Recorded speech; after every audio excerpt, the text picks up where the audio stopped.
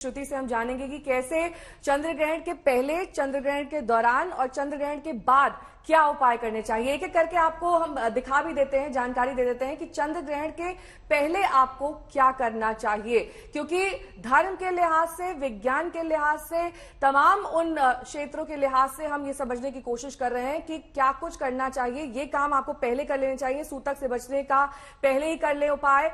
ये चंद्र ग्रहण के पहले की हम बात कर रहे हैं। खाने के सामान में तुलसी के पत्ते डाल दें। श्रुति, इस पर और जानकारी हमारे दर्शकों को दीजिए कि चंद्र ग्रहण से पहले, उस दौरान जब सूतक लग जाए, और चंद्र ग्रहण के बाद क्या उपाय करने चाहिए। देखिए, चंद्र ग्रहण के पहले आपकी सिटी में जब चंद्र ग्रहण लग रहा है उससे पहले आप ये उपाय करें। तुलसी दल, जैसे आपने कहा नेहा जी, बिल्कुल करेक्ट कहा, तुलसी दल इकट्ठे करके रखें और तुलसी दल को खाने में, जल में, दूध में, जो भी ग्रहण करने वाली वस्तु है उसमें जरूर डालें। आप भगवान को प्रसाद ग्रहण के पहले चढ़ा सकते हैं, उसके दौरान नहीं चढ़ाना है। ग्रहण के पहले आप स्नान कर लें, अपने जो रेगुलर वर्क है, जो हाइजीन रिलेटेड वर्क है, उससे आप निवृत्त हो जाएं। एकदम मेंटली प्रिपेयर करें अपने आप को, क्योंकि कई लोगों को इस टाइम पे एंजाइटी भी हो रही होगी, स्ट्रेस, एंगर बहुत ज्यादा आ रहा होगा। तो इस टाइम पीरियड पे आपको थोड़ा सा कूल डाउन होना बहुत ज्यादा आवश्यक रहेगा। वो आपके लिए बहुत बेहतर रहेगा, क्योंकि ग्रहण का एक दुष्प्रभाव रहता है। बेसिकली जिसे कहते हैं, क्योंकि चंद्रमा मन का कारक होता है, तो मन को कंट्रोल करना आपको बहुत इंपॉर्टेंट है। आप डिसाइड कर लें आपके लिए कौन सी मेडिटेशन टेक्निक वर्क करती है, या आपके लिए कोई चैंटिंग वर्क करती है। अगर आपको नमः शिवाय मंत्र जो होता है वो स्वयं के लिए होता है, ओम नमः शिवाय जो होता है वो सर्वजन हिताय होता है। इसको आप प्रिपेयर कर लें, मतलब पहले से आप एक फ्रेमवर्क बना के रखें कि आपको करना क्या है ग्रहण के दौरान। तो उससे आप मेंटली ऑक्यूपाइड भी रहेंगे और आपको एक प्लानिंग भी रहेगी और आपका माइंड जो है वो पॉजिटिव रहेगा। नेहा, आपका दूसरा सवाल था कि ग्रहण के दौरान क्या करना है। ग्रहण के दौरान मंदिरों के पट बंद रहते हैं, उस दौरान आप किसी भी मूर्ति को ना स्पर्श करें। और ये ध्यान रखें कि आपके घर में कोई भी मूर्ति हो 1 या 1.5 फीट से ऊंची ना हो। यदि उससे ऊंची है तो वो प्राण प्रतिष्ठित होने माना जाता है कि उसमें प्राण प्रतिष्ठा होती है। तो वो मंदिर के कपाट, अगर आपके घर में मंदिर है तो उसके कपाट बंद रहते हैं। जो प्रेग्नेंट महिलाएं हैं उनको केयरफुल रहना है इस टाइम पीरियड में। और ग्रहण के दौरान जो आपको अच्छा लगे, जो आपके इष्ट हो, उनका ध्यान करें। ओम नमो भगवते वासुदेवाय कर सकते हैं। ओम श्राम श्रीम श्रौम सह चंद्रमसे नमः, यह चंद्रमा का मंत्र है, क्योंकि ये ग्रहण चंद्रमा पे लग रहा है तो उसका जप कर सकते हैं। कई लोग राहु से पीड़ित चल रहे हैं तो ओम राम राहवे नमः, ये वैदिक मंत्र हैं, इनका जप कर सकते हैं। महामृत्युंजय मंत्र का भी आप जप कर सकते हैं इस दौरान। महामृत्युंजय जैसे अभी वान्या जी ने बताया था, ओम त्र्यंबकम यजामहे सुगंधिम पुष्टिवर्धनम उर्वारुकमेव बंधनान् मृत्युर्मोक्षमामृतात् सजुमं तन्नो महामृत्युंजय प्रचोदयात्। यह महामृत्युंजय विद गायत्री है, तो ये आप महामृत्युंजय गायत्री का कर सकते हैं। रुद्राष्टक का पाठ कर सकते हैं।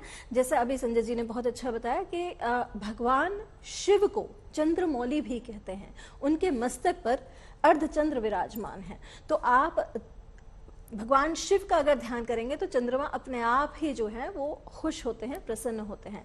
तो आप शिव के मंत्रों का ध्यान करें। बाबा महादेव तो भक्ति से ही प्रसन्न होते हैं। अगर आप ऑफिस में भी बैठे हैं, नमः शिवाय मन में करते जाइए। मन के जाप का, मानसिक जाप का एक अलग ही महत्व होता है। देखिए, ध्यान लगाना ये आपके ऊपर है, चाहे वो 1 मिनट का क्यों ना हो।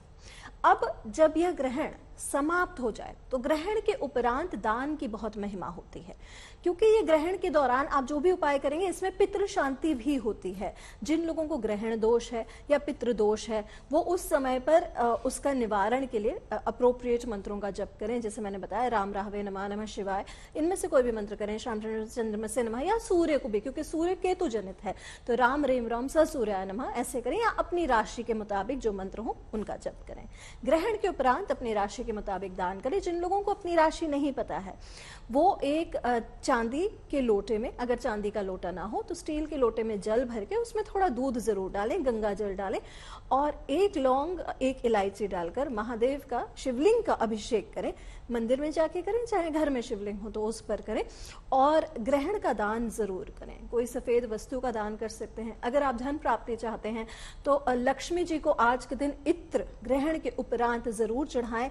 कार्तिक पूर्णिमा है, लाल गुलाब की माला चढ़ा सकते हैं। तो ये सब चीजें आपके लिए विशेष तौर पर कारगर रहेंगे। बेसिकली आपको मेंटली भी ऑक्यूपाई करता है, एक पॉजिटिव एटमोस्फेयर लेकर आता है। कहीं ना कहीं आपको लगता है कि हाँ, आपका टाइम भी बहुत अच्छे से कट गया। ठीक है, श्रुति ने बहुत महत्वपूर्ण जानकारियां कि चंद्र ग्रहण के दौरान, चंद्र ग्रहण से पहले और चंद्र ग्रहण के बाद क्या करें क्या ना करें। वान्या जी भी हमारे साथ जुड़ी हुई है। वान्या जी, ये बताएं हमारे दर्शकों की बहुत सारी भ्रांतियां जुड़ी हुई हैं चंद्र ग्रहण से, वो भ्रांतियां दरअसल दूर कैसे की जाए, क्योंकि एक खगोलीय घटना भी है और उसको इस लिहाज से भी समझना जरूरी है और धर्म के लिहाज से भी, दोनों में बैलेंस होना चाहिए। बहुत ही प्रैक्टिकल क्वेश्चन पूछा है नेहा आपने, थैंक्स फॉर दैट।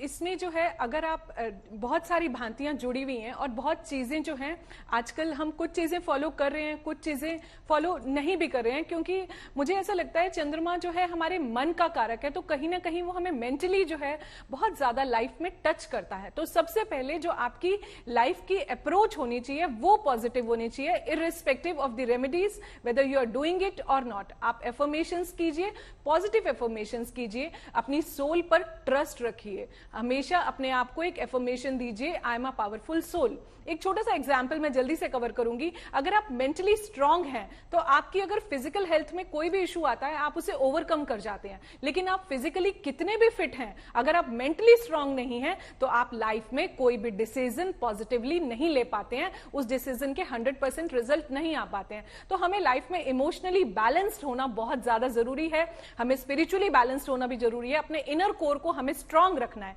अगर आप रेमेडीज नहीं कर पा रहे हैं किसी भी रीजन से, तो आप अपने इनर कोर को स्ट्रांग रखिए, अपने अंदर सकारात्मक ऊर्जा लाइए, अपने अंदर सकारात्मक सोच को भरिए, डिवाइन की व्हाइट लाइट को आप एब्जॉर्ब करिए, अपने एनवायरमेंट, अपने ऑरा में जो है एक लाइट को आप स्प्रेड कीजिए और पॉजिटिविटी स्प्रेड कीजिए। आप डर मत फैलाएं, आप पॉजिटिविटी फैलाएं जितना हो सकता है, क्योंकि जब भी आप जैसे दान करते हैं तो आपको किसी की ब्लेसिंग्स मिलती हैं, तो आपका ऑरा इमीडिएटली उस सोल से कनेक्ट करता है और आप पॉजिटिव होते हैं।